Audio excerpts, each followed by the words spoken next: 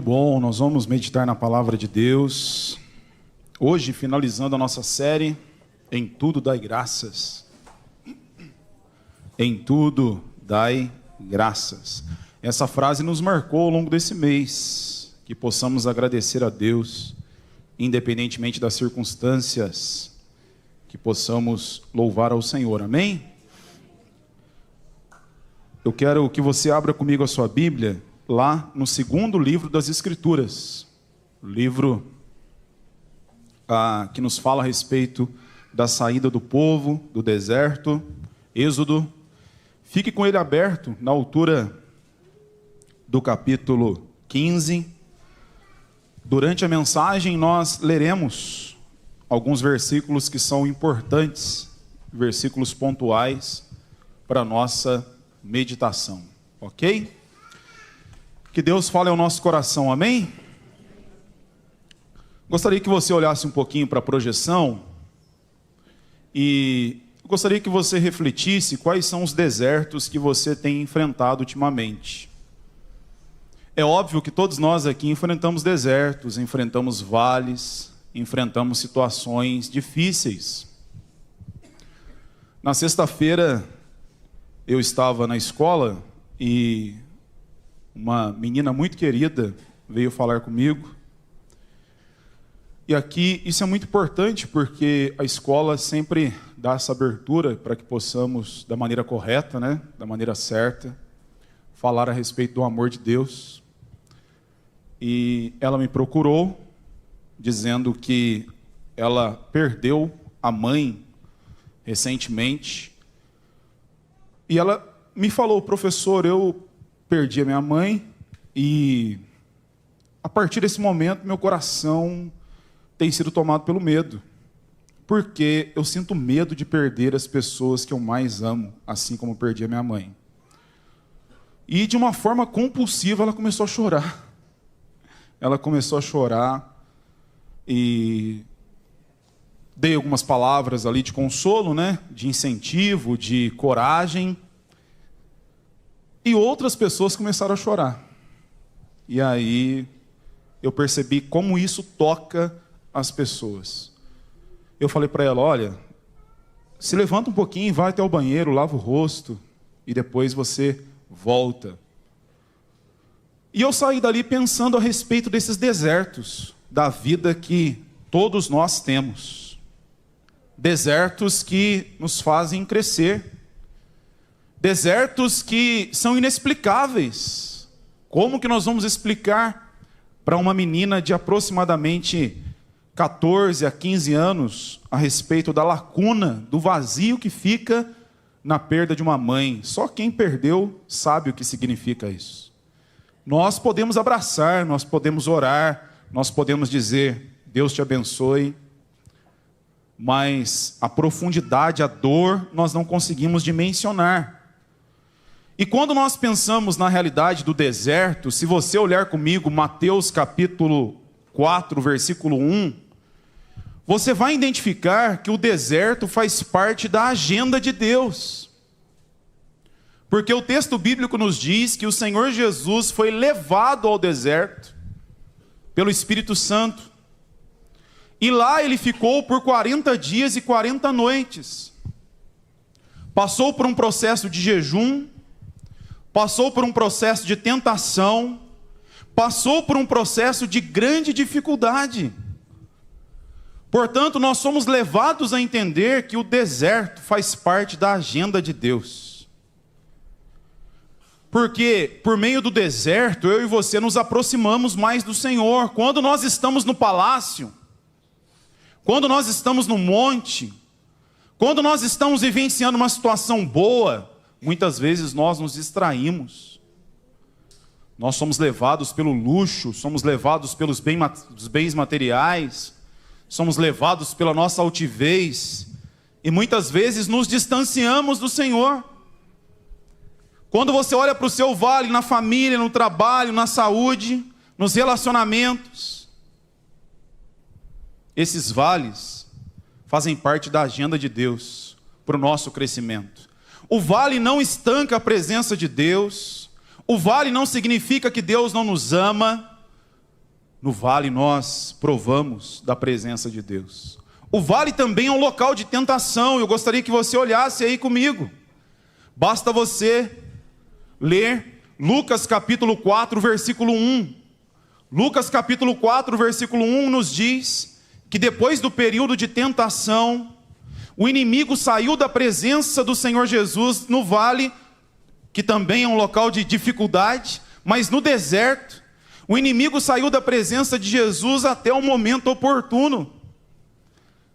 Porque você se lembra muito bem que quando o Senhor Jesus estava no deserto, ele foi tentado de diversas maneiras, mas não cedeu. Ele foi o Adão que não cedeu. O primeiro Adão cedeu no jardim do Éden, mas Jesus não.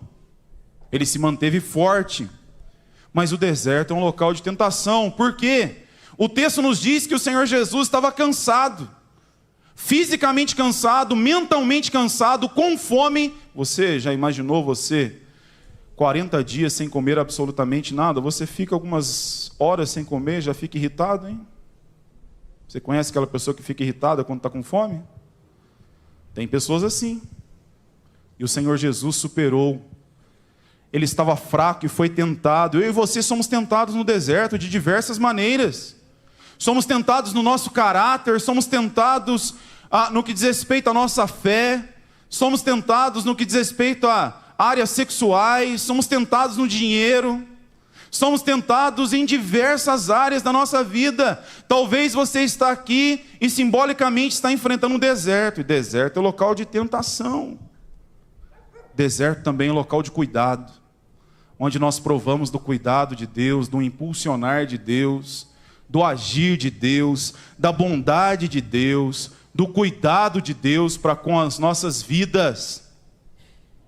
Agora, guarde isso com você, o deserto é temporário. Todo deserto é passageiro, ele tem início, meio e fim. Ele passa. Talvez você está dizendo, pastor, eu já tenho enfrentado um deserto há muito tempo, hein? Ele vai passar. Você crê nisso? Porque todo deserto tem início, meio e fim. Quando eu e você olhamos para esse livro de uma forma muito resumida, conta para mim e para você a libertação que Deus proporcionou na vida do seu povo.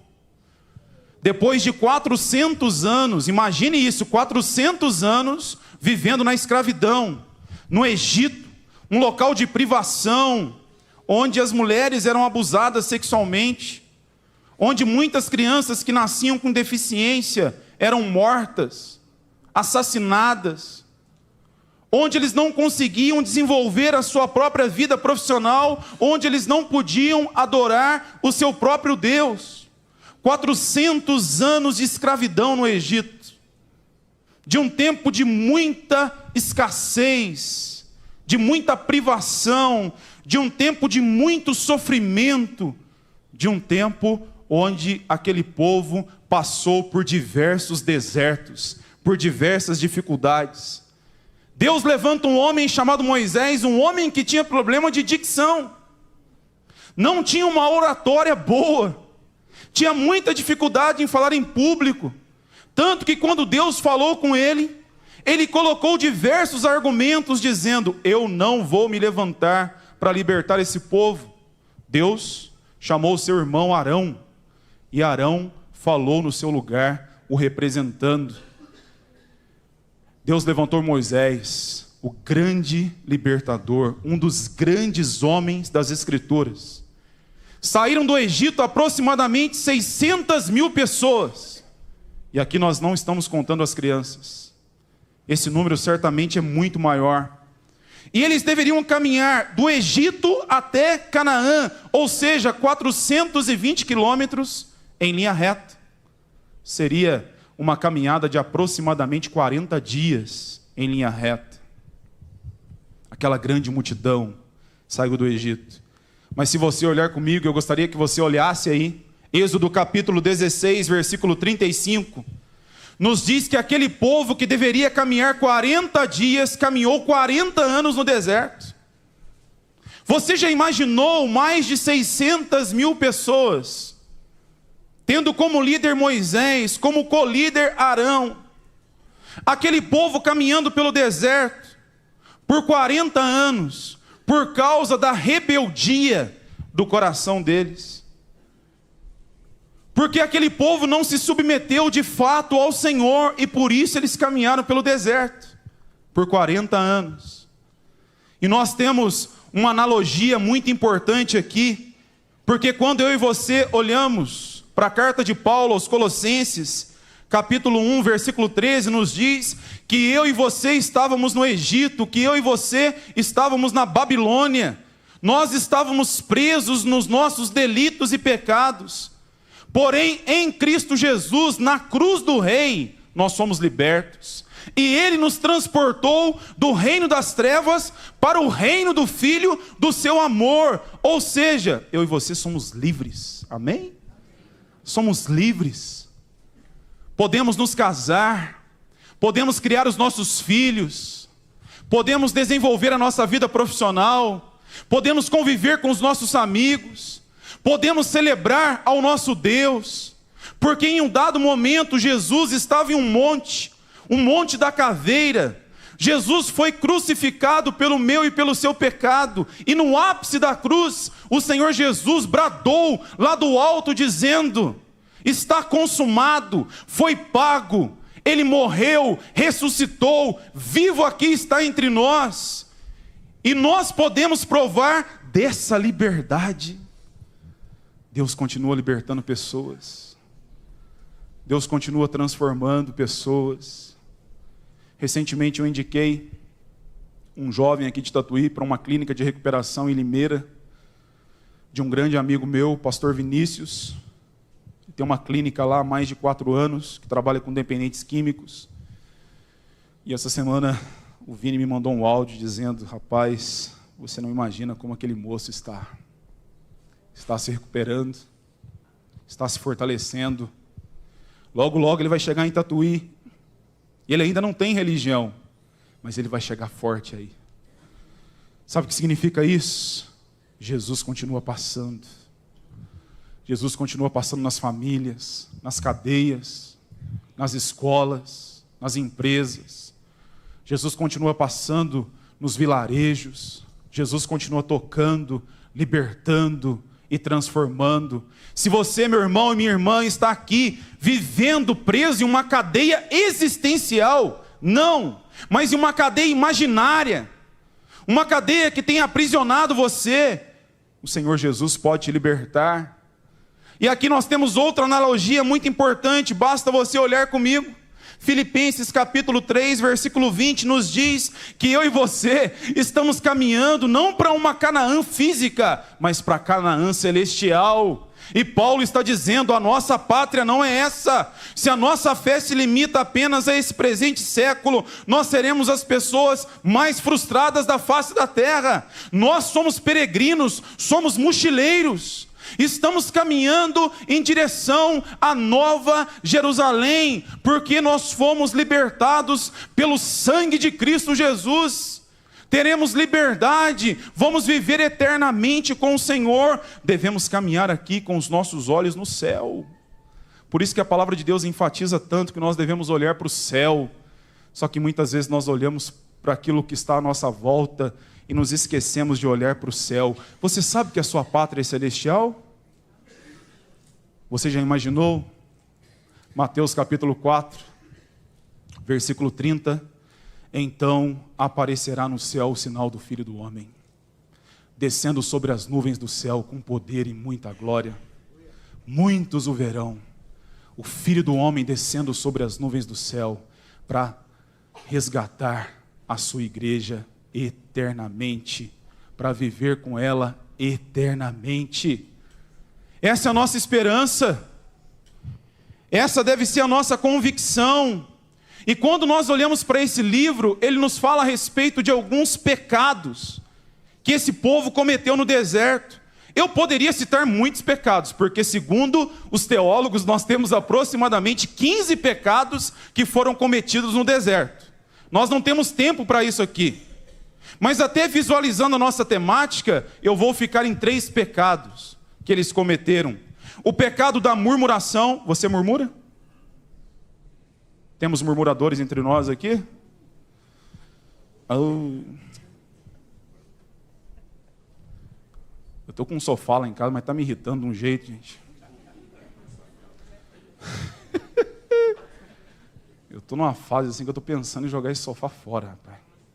Mas no momento o bolso não está dando, não. Eu vou falar uma coisa tola para vocês. Vocês acreditam que esse negócio está mexendo com a minha cabeça?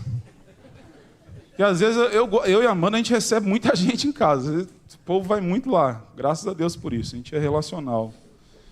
E aí esses dias, eu estava falando com a Amanda. Nossa, mãe, o povo está vindo e esse sofá, né, amor? Ela falou, o que tem?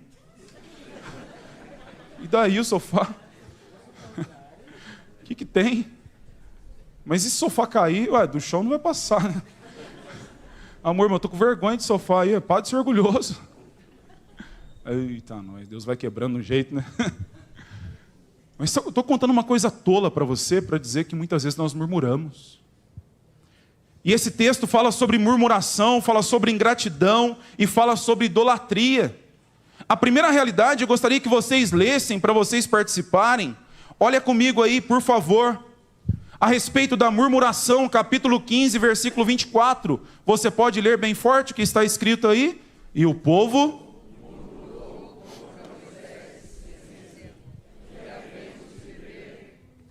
Olha, guarda isso com você. O povo saiu do Egito e depois de 3 dias de caminhada, hein?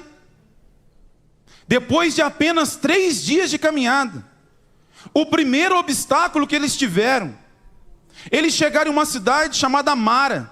As águas eram amargas. E eles começaram a reclamar dizendo, por que nós não morremos no Egito?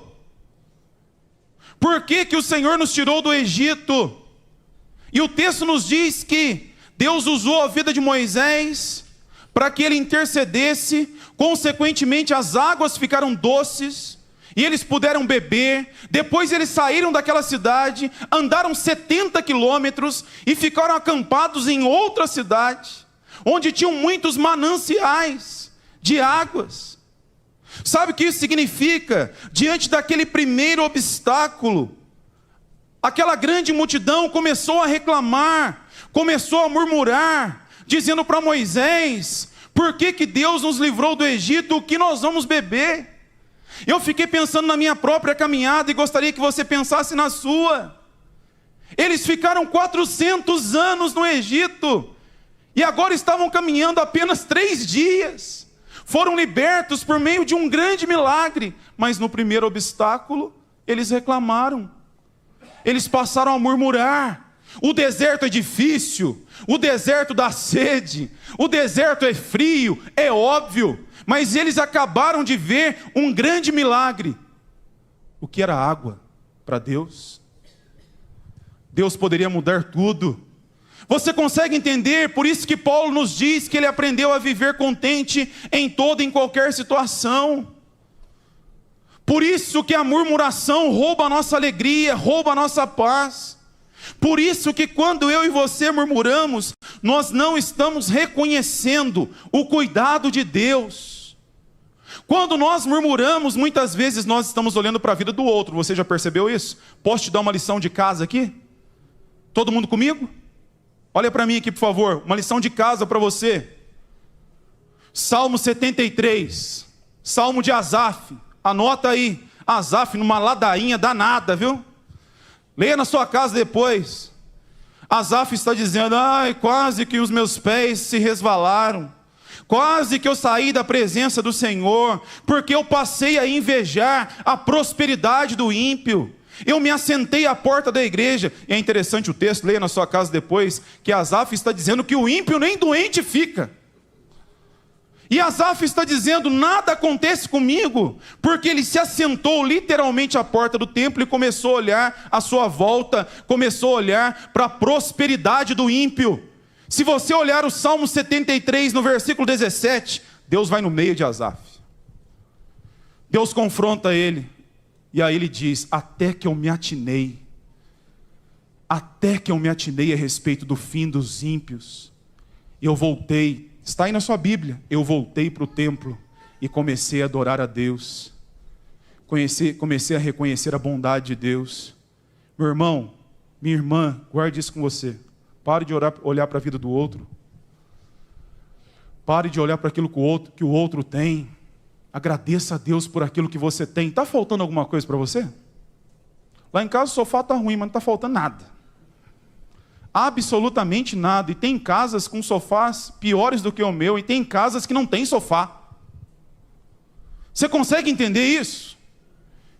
Muitas vezes eu e você reclamamos e deixamos de olhar. Deus tem sustentado o nosso trabalho, Deus tem nos abençoado no relacionamento, Deus tem nos dado dinheiro suficiente. Nós começamos a olhar no retrovisor e só começamos a visualizar coisas ruins. Você conhece pessoas vitimistas? Olha, é muito ruim conversar com gente vitimista, hein? Que coloca o avental de vítima, hein? Ó vida, ó céus, ó azar, hein? Tudo acontece comigo, nada com o outro, né? Você chega para ele, você tá bem? Rapaz, você fala para ele assim, hoje eu não estou muito bem não, viu? Ele fala, você não imagina eu. Você conhece alguém assim? Nossa, hoje eu acordei com uma dor de cabeça. Rapaz, e eu então estou com uma dor de cabeça, e essa madrugada eu comecei a sentir uma dor no peito. Nossa, olha, eu estava brincando com os amigos lá, senti uma dor aqui no tornozelo, e eu então, meu joelho está arrebentado. Você, nossa, eu tenho passado por um mês difícil, e eu então só estou no vermelho no cartão? Gente, em nome de Jesus eu vou seguir aqui, mas a murmuração é um pecado muito triste nas Escrituras, hein? Que Deus nos livre de toda e qualquer murmuração, amém? Deus vai colocar alguns obstáculos para você. Você se lembra que eu falei que o deserto faz parte da agenda de Deus? É para o nosso crescimento, é para o nosso amadurecimento. Caminha comigo agora, falando a respeito de ingratidão. Gostaria que vocês lessem mais uma vez. O primeiro, murmuração. O segundo, ingratidão. Agora capítulo 17, versículo 4, você pode ler bem forte o que nos diz aí. Então,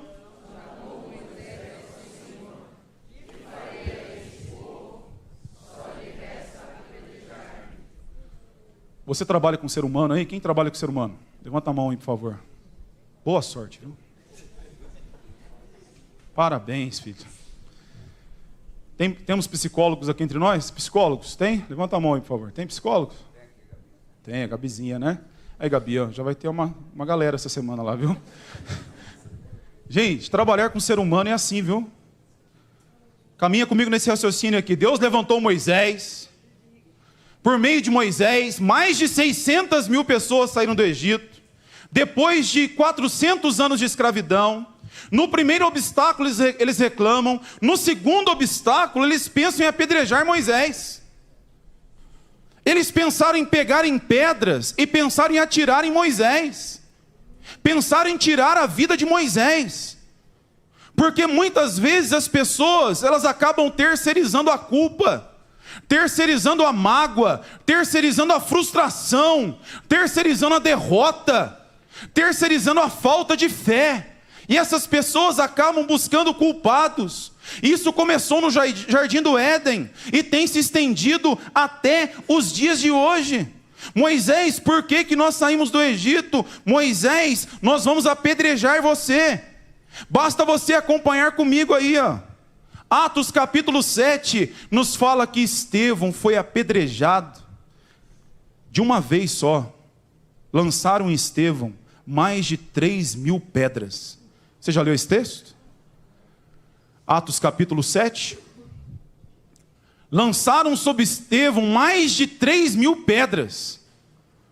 Você já imaginou uma morte assim? Em praça aberta? Morreu como um mártir? E o texto nos diz que Estevão estava cheio do Espírito Santo, né? Você já leu esse texto? Enquanto lançavam pedras sobre Estevão, ele via a presença de Deus. Esse é um homem cheio do Espírito Santo, cheio da graça e da bondade de Deus, igual esse servo amado aqui. Ei, rapaz, isso aqui é bênção demais.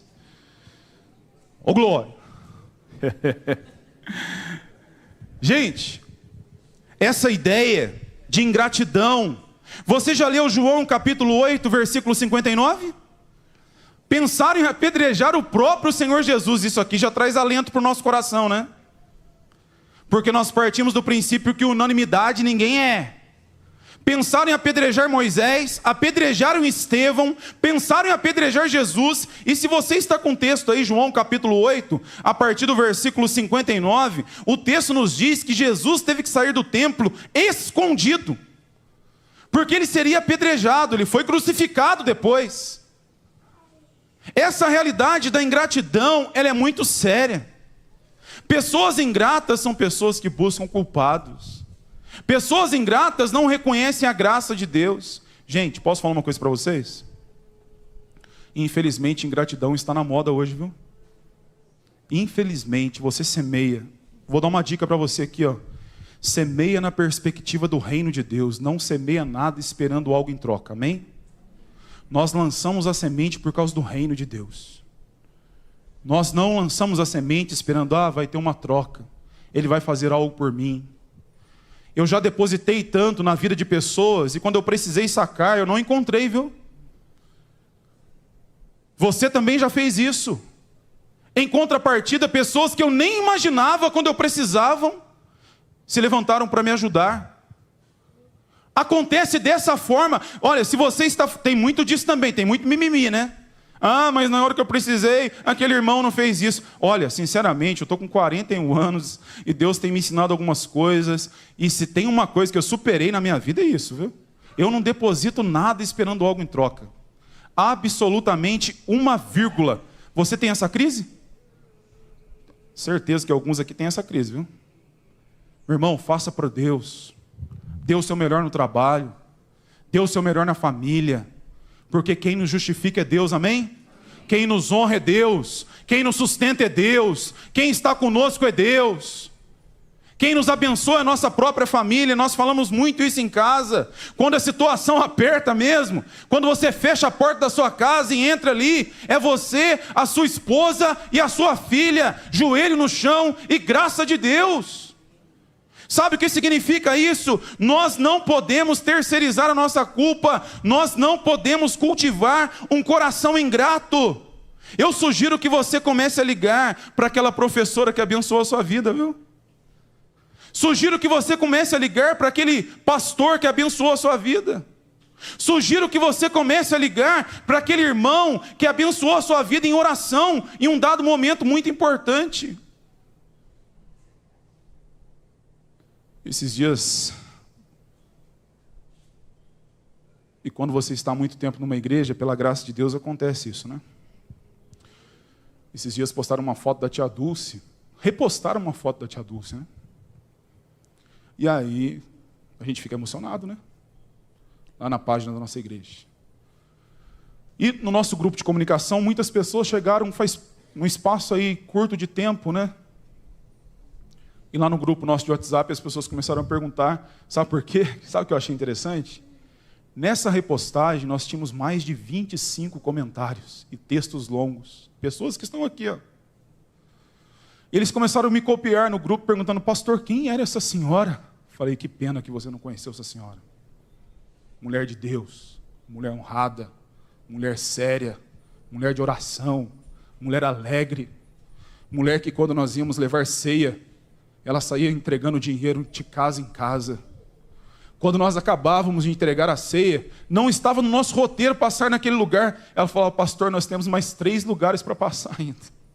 Falei, sério, tia Dulce? Sério, vou falar para você. É isso, isso e isso. Só que antes eu quero que você passe comigo naquela padaria, eu quero comprar esse biscoito, eu vou levar esse alimento para aquela família.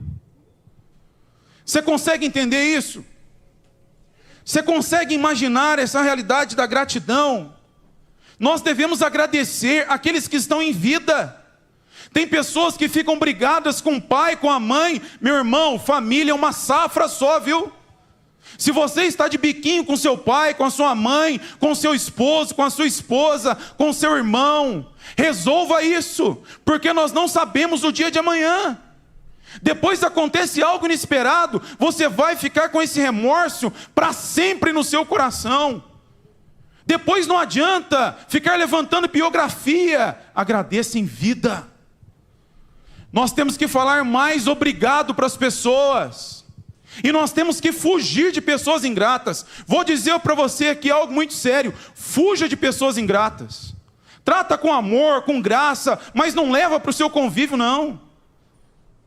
Isso não acrescenta absolutamente nada que possamos ter um coração grato. Amém, gente? Que Deus nos livre da murmuração, que Deus nos livre da ingratidão, que Deus nos dê a cada dia mais um coração grato na presença de Jesus. Um coração que agradece. Agradece pelas pequenas coisas. Você passando no caixa do mercado, o atendente ajuda você com a sacolinha ali e você diz obrigado. Deus abençoe seu dia de trabalho.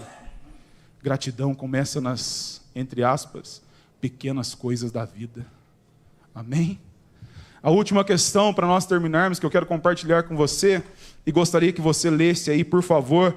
Falamos sobre murmuração, ingratidão. A última questão, volto a frisar aqui, nós temos basicamente 15 pecados no deserto.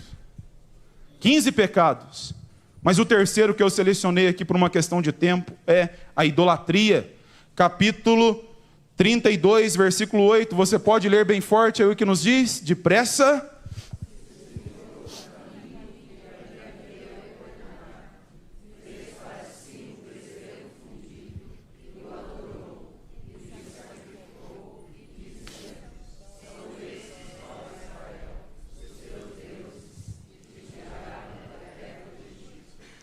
Você vai se espantar se você olhar o versículo 5 aí.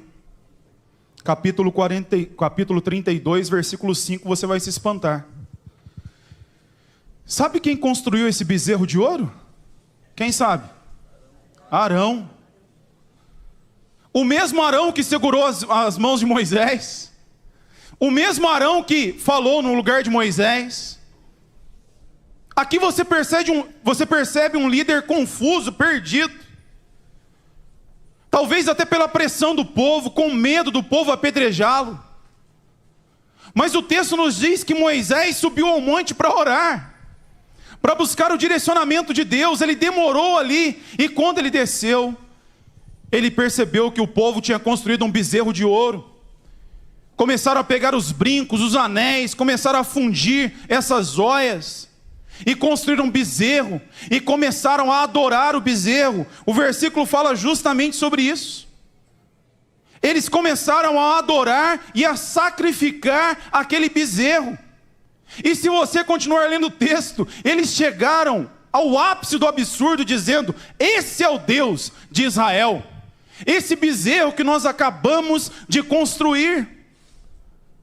Sabe o que nos espanta com relação a isso?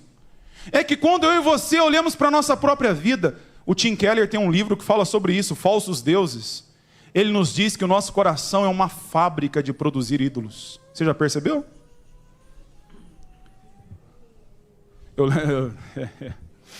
Às vezes é complicado. Na última igreja que eu pastoreei, tinha um cara que tinha uma Hilux, rapaz, bonita. Presbítero, hein? Não que seja errado, que bênção, né? Hilux, bonitona. Ele era um cara brincalhão, convivia com a gente em casa, tudo, um cara muito joia.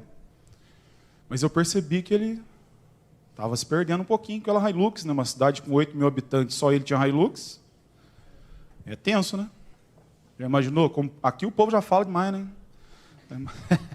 Já imaginou uma cidadezinha com 8 mil habitantes se apaixonando todo dia, só tem uma rua principal, só ele de Hilux preta. Aí um dia eu cheguei para ele e falei: ô irmão, como é que está o bezerro de ouro aí? Deu uma pelada, né? Como é que está o bezerrinho de ouro aí, irmão? A bênção, né?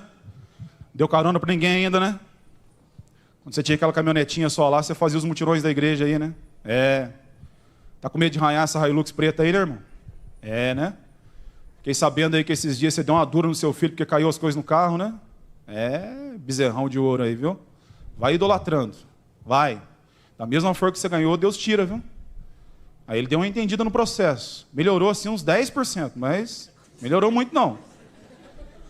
Sabe o que a gente entende com isso, gente? Você já imaginou que eu e você muitas vezes idolatramos pessoas? Porque a gente fica olhando para o catolicismo romano e muitas vezes criticando de uma forma vazia. Tá vendo? Os católicos romanos ficam idolatrando imagem, né? Esse povo aí vai tudo para o inferno. Tem crente que fala isso, viu? É óbvio que é errado. A palavra de Deus condena. Mas eu e você muitas vezes não idolatramos imagem, mas idolatramos pessoas, idolatramos dinheiro, tanto que a temática que Jesus mais falou nas Escrituras, ele falou a respeito de dinheiro, dizendo que nós não podemos servir a dois senhores, ou nós servimos a Deus, ou nós servimos Mamon. Eu e você idolatramos o dinheiro, idolatramos pessoas, nos idolatramos. Eu e você idolatramos muitas e muitas coisas, porque o nosso coração é uma fábrica de produzir ídolos. Então, qual é o meu e qual é o seu ídolo? Qual é a realidade que nós idolatramos? Qual é a realidade que nós precisamos colocar de lado? Será que se o Senhor demorar em nos atender, nós vamos recorrer a um outro Deus? Nós não vamos ter paciência como eles não tiveram? Eu e você devemos entender, olha o que a palavra de Deus nos fala a respeito disso. Ela vai trabalhar essa temática lá no versículo de número 10 do Salmo 95, quando o salmista nos fala, sendo usado por Deus, dizendo: durante 40 anos estive desgostado com essa geração, e disse: é povo de coração transviado, não conhece os meus caminhos. Durante 40 anos Deus esteve desgostado com aquele povo. Que possamos colocar de lado toda idolatria. Qual que é o seu bezerro de ouro, meu irmão? Qual que é o meu bezerro de ouro? Qual a realidade que nós colocamos no lugar de Deus? Olha o que o João Calvino nos diz, e aqui a gente caminha para o encerramento. João Calvino, de uma forma muito sábia, diz assim, caminha comigo, olha para o telão. Ele diz: a mente do homem é como um depósito de idolatria e superstição, de modo que, se o homem confiar em sua própria mente, é certo que ele abandonará a Deus e investirá e inventará um ídolo segundo a sua mente. Nós somos assim, nós criamos ídolos, mas que Deus nos livre de toda e qualquer idolatria, porque nós devemos adorar somente a Deus, amém? Deus não compartilha sua glória com ninguém, nós devemos adorá-lo, bendizê-lo, nós devemos servi-lo todos os dias, e devemos nos alegrar com aquilo que Ele tem nos dado, simples assim. Só a título de conhecimento, para você arquivar aí, eu gostaria só que você entendesse a respeito da graça de Deus no deserto. Anote aí, tira uma foto, depois estude na sua casa. Só para você arquivar esse processo. Capítulo 13, versículo 21. O povo reclamava, murmurava, e Deus mandava uma nuvem durante o dia, para que essa nuvem pudesse protegê-los do sol. Durante a noite, Deus mandava uma coluna de fogo, para que essa coluna pudesse aquecê-los. O texto também nos diz, no capítulo 16, versículo 20, que Deus mandou um maná do céu, começava a cair pão do céu, um maná, sustentando o povo no deserto. Deus providenciou alimento. Se você olhar comigo, Deuteronômio, no capítulo 29, versículo 5, nos diz que as sandálias dos pés daquele povo, as sandálias não ficavam velhas, não se desgastavam, e eles continuavam caminhando. Se você olhar Êxodo capítulo 14, versículo 16, nos diz que muitos milagres foram realizados no deserto, apesar daquele povo. Trazendo para mim e para você, apesar de nós, Deus tem nos abençoado, hein? Seja sincero agora. Esse é o penúltimo slide aqui. Seja sincero, eu me incluo nisso. Se fosse por você, você seria abençoado? Se fosse por mim, eu seria abençoado? Quantas pessoas entraram na terra prometida? Josué e Calebe, é óbvio, juntamente com os seus. Mais de 600 mil pessoas saíram do Egito. Somente Josué e Calebe entraram na terra prometida. Moisés morreu pelo caminho. E o texto nos diz que em um dado momento o povo começou a reclamar de novo, porque eles estavam perto de Canaã. Alguns espias foram até a terra, visualizaram a terra, trouxeram o fruto da terra, dizendo: olha, o lugar é maravilhoso. Outros espias começaram a dizer, com uma fé pequena: nós não vamos conseguir. Dos 12 espias, Josué e Calebe falaram a seguinte coisa: nós somos homens experimentados com Deus. Os gigantes são enormes, mas nós vamos vencer. Josué e Caleb. Caleb fez calar toda aquela multidão, dizendo: eia, subamos e prossigamos, porque Deus nos deu essa terra por herança. Essa terra é nossa e Deus não é homem para mentir. Se Deus falou, vai acontecer. Guarde isso com você. Deus é o Deus do deserto. Concluindo aqui, para você levar para sua casa, não se esqueça que no deserto Deus está com você. Não se esqueça. Não se esqueça quantos desertos eu já vivi, quantos desertos você não já viveu. Quantas realidades você não tem vivido na presença de Deus. Quantas realidades duras na sua vida. E quando você olha para a palavra de Deus, você entende no Salmo 34 que Deus acampa os seus anjos ao redor daqueles que o temem. Deus está conosco no deserto, Ele não nos abandona, Ele nos ajuda todos os dias. Pela graça de Deus, Ele sempre está ao nosso lado, Ele sempre está nos sustentando. Tem algo em torno de 15 dias, teve um amigo que me mandou um áudio, rapaz, 6h15 da manhã, dizendo: rapaz, aconteceu um imprevisto aqui, eu estou na estrada, no posto, parei para abastecer o carro, o cartão não passa, eu não sei o que está acontecendo, nada dá certo, eu pedi para completar o tanque, eu estou indo para uma cidade distante, quase na divisa com Mato Grosso. Você já imaginou quando ficou o dinheiro, né? Ele falou: Deus colocou você no meu coração. Eu falei: é eu mesmo. Gente do céu. Marcinho, é eu mesmo.